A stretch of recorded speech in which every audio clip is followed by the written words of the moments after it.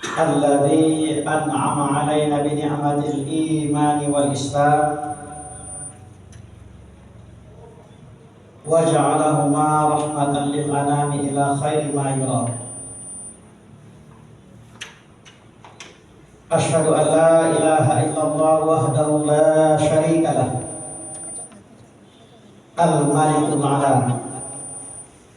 وأشهد أن محمدا عبده ورسوله رحمة للعالمين. اللهم صل وسلم وبارك على محمد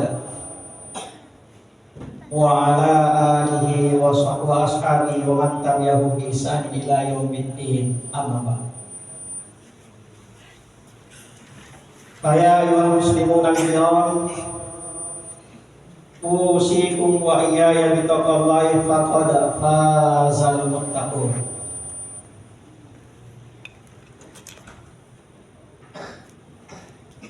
أعوذ بالله من الشيطان الرجيم. بسم الله الرحمن الرحيم. وَنُنَزِّلُ مِنَ الْقُرْآنِ مَا هُوَ شِفَاءٌ وَرَحْمَةٌ لِلْمُؤْمِنِينَ وَلَا يَزِيدُ الظَّالِمِينَ إِلَّا خَسَارًا. Alhamdulillahirabbil alamin. Jamaah sidang Jumat rahimakumullah. Syukur alhamdulillah pada hari ini kita masih mendapatkan keimanan yang mantap yang senantiasa terpatri di dalam dada kita, dan salah satu nikmat terbesar itu adalah memang keimanan. Salam dan salawat kita hadiahkan atas Muhammad sallallahu alaihi wasallam, Nabiullah, Nabi akhir zaman, yang khusus beliau dijadikan sebagai sidratul mutaba'ah, satu-satunya contoh yang patut diteladani dan mutlak adanya. Untuk mensempurnakan khutbah Jumat kita ini, khatib juga berwasiat, mari kita bertakwa kepada Allah dengan sebenar-benar takwa. Dan mari kita praktekkan tidak hanya dengan tekad hal-hal yang memang diharamkan Allah, hal-hal yang dibenci oleh agama Islam, oleh Nabi kita, hendaknya betul-betul kita tolak. Dakwaan yang diinginkan oleh Allah adalah kita kejar, kita gapai, kita raih yang benar-benar memang dijanjikan Allah untuk kebaikan, kebahagiaan, sekaligus keselamatan kita dunia dan akhirat, termasuk kepada anak, istri, cucu, dan saudara-saudara kita yang lainnya. Kali ini khatib ingin menyampaikan sebagaimana salah satu Nabi pernah bersabda, Innallaha la yanzuru ila ajsamikum walakinnallaha yanzuru ila qulubikum. Dari hadis ini nampak dan paham bagi kita, sungguh Allah itu tidaklah menjadi ukuran baginya badan-badan kita ini, jasmani kita ini, tetapi yang menjadi ukuran bagi Allah adalah qulubikum, hati-hati orang yang beriman itu. Dari hadis ini kita bisa bagikan bahwa hati itu ada 3 bagian. Ada hati yang marid, hati yang sakit. Ada hati yang mati. Dan alhamdulillah ada juga hati yang salim, selamat. Saudara-saudara jamaah Jumat rahimakumullah, lebih sebulan yang lalu kita telah ditempa, dididik, diajari dengan langsung praktek, bukan hanya dengan badan kita, tetapi ikut mata melihat, ikut telinga mendengar, ikut badan merasakan bagaimana hebat dan dahsyatnya saum Ramadan itu, yang betul-betul dalam ibadah Ramadan itu banyak sekali terkandung hikmah-hikmahnya. faedah-faedahnya, manfaat-manfaatnya. Seharusnya itulah pada hari ini sudah bisa kita rasakan kandungan-kandungan yang terdapat di bulan Ramadan ini. Hendaknya betul-betul sudah bisa menjadikan kita ini adalah orang-orang yang takwa. Orang takwa itu adalah hatinya yang salim, hatinya yang selamat. Saya mohon maaf, kalau hati ini sampai sekarang ini belum merasa salah atau tidak takut kalau sholatnya terlambat, mungkin hati kita lagi sakit. Tidak ada ketakutan dalam hatinya kalau dia sudah sholat terlambat.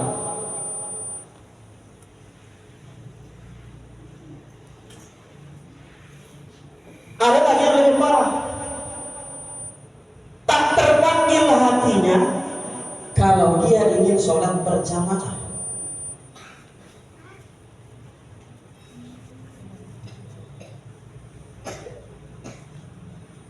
Hati yang baik itu akan merasakan bahkan takut kalau sholatnya itu tidak ada kehusukan di dalamnya. Maka tingkat kesakitan hati itu perlu kita pelajari. Atau lebih parah lagi, hati ini tidak berbicara. Sesuaikah sholatku ini dengan sholat Rasul yang diajarkan oleh Nabi? Shollu kama ra'aitumuni usolli.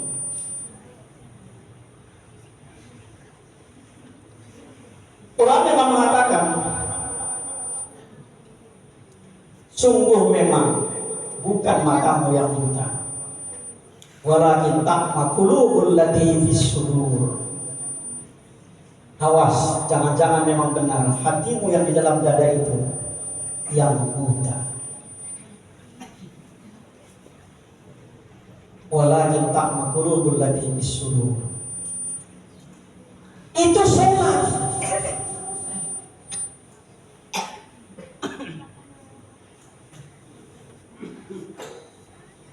Maka ulama sering mengatakan, tidak mutlak selamanya Allah itu nomor satu bagi seorang muslim itu. Ada waktu masa-masa tertentu Allah itu ternyata nomor dua, bahkan ibu kita yang menjadi nomor satu. Sampai ada keluar bahasa ridwallahi fi ridwal walidain. Ternyata Allah terlepas kepada hambanya kalau hamba itu benar-benar tidak mengakui akan keibuannya, perjuangan ibunya. Kalau kita agak meluas, sulit menggantikan besarnya perasaan dan dahsyatnya kasih sayang seorang ibu terhadap anaknya. Apalagi pada saat anak-anaknya sakit, ia bisa lupa makan, lupa mandi, tak tahu lagi apa yang hendak dikerjakan, karena tumpuannya adalah anaknya. Takut kalau anak-anaknya itu bisa gagal.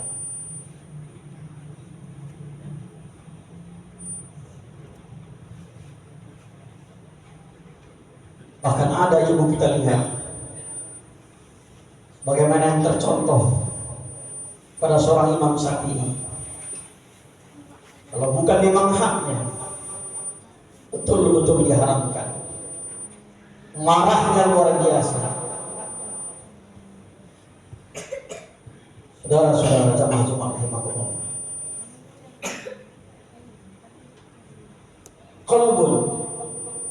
Qalbun salim, hati yang selamat, hati yang bahagia, hati yang senang, yang surur, yang merdeka.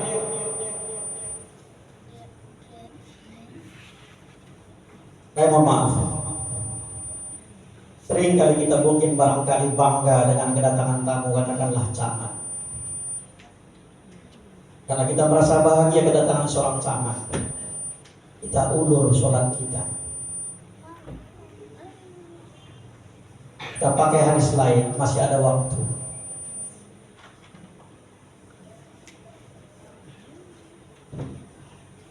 Tapi kadang-kadang kita tersinggung pada saat saudara kita mendengar azan ditinggalkannya kita tersinggung. Azan sahabat yang kita banggakan tadi justru meninggalkan kita karena mengejar ke sholat. Kita tersinggung. Kemana hati kita?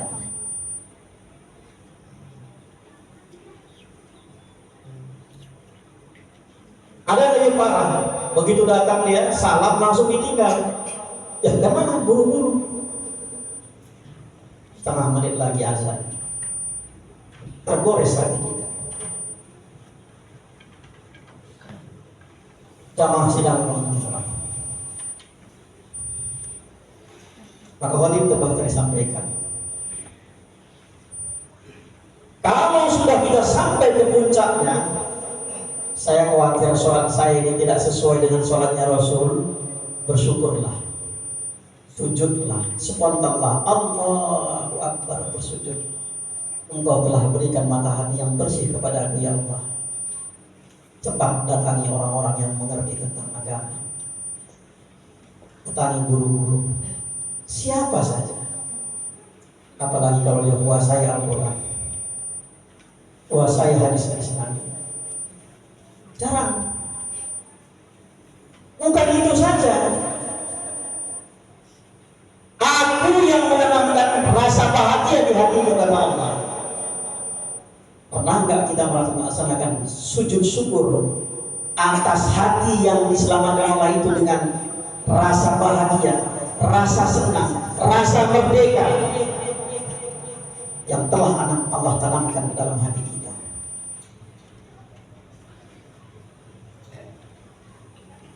Ya, khatib pun menyadari ini bukan hanya berat, bahkan boleh dikatakan jauh cara kita dapatkan.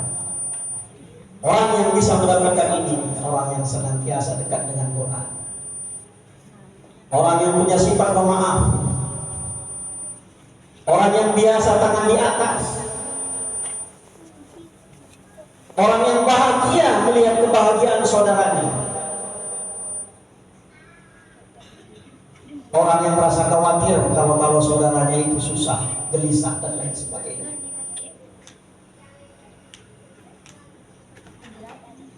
Walakin ta'ma qulubul lati bisudur. Sungguh ternyata hatimulah yang buta, bukan mata. Apakah bisa mata melihat? Sering kita misalkan basirah, salah satu kandungan hati itu adalah ketajaman mata hati.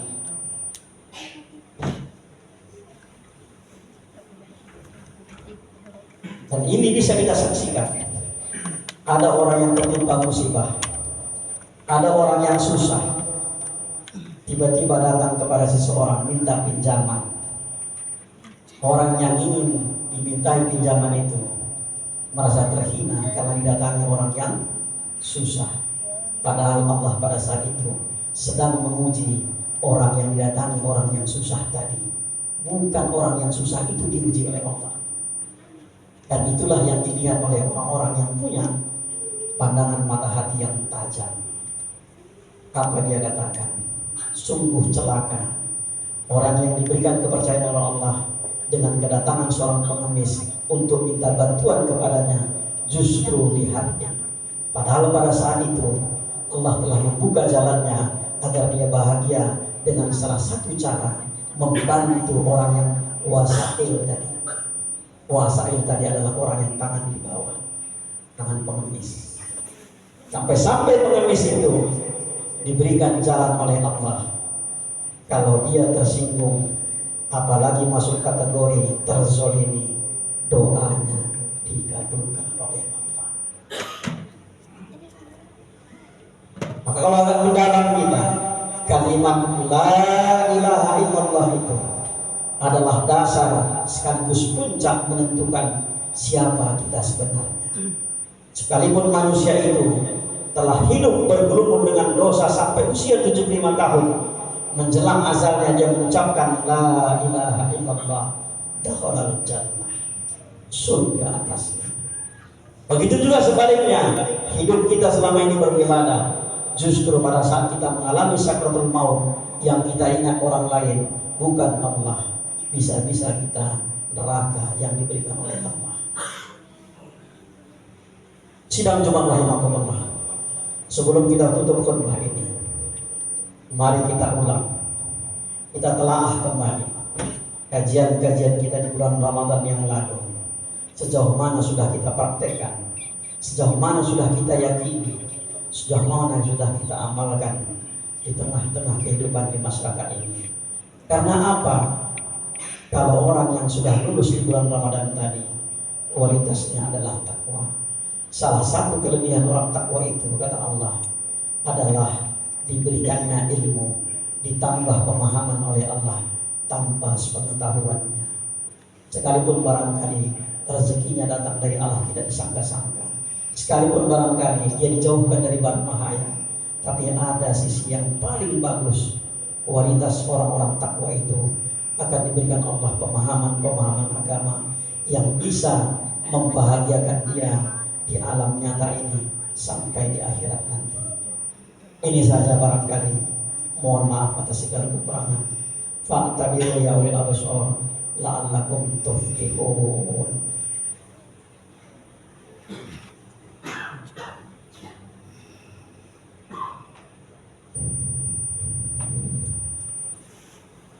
Alhamdulillahirabbil alamin wa bihi nasta'in wa ala umuri dunya waddin wa ala alihi wa sahbihi ajma'in, amma ba'd. Hadirin sidang Jumat rahimakumullah, sebelum khatib menutup khutbah kedua ini, Ali pernah berpesan, Ali bin Abi Thalib radhiyallahu anhu, sahabat sekaligus menantu Rasulullah sallallahu alaihi wasallam. Jadikanlah kedua mata ini jangan seperti mata lalat, melihat yang bau dan busuk langsung mengejarnya. Namun nasihat Abu Bakar As-Siddiq, jadikanlah kedua mata kita ini adalah mata lebah, melihat yang indah dan bagus langsung buru-buru mengejarnya. Innallaha wa malaikatahu yusholluna 'alan nabi ya ayyuhalladzina amanu shallu 'alaihi wa sallimu taslima. Allahumma shalli 'ala Muhammad wa 'ala ali Muhammad kama shallaita 'ala Ibrahim wa 'ala Ibrahim wa barik 'ala Muhammad wa 'ala Muhammad kama barakta 'ala Ibrahim wa 'ala Ibrahim innaka Hamidum Majid. Rabbana zalamna anfusana wa illam taghfir lana wa tarhamna lanakunanna minal khasirin. Rabbana atina fid dunya hasanah wa fil akhirati hasanah wa qina adzabannar. Allahumma arina haqqan warzuqna ittiba'ah wa arinal batila batilan warzuqna ijtinabah. Walhamdulillahirabbil alamin wa la dzikrullahi akbar.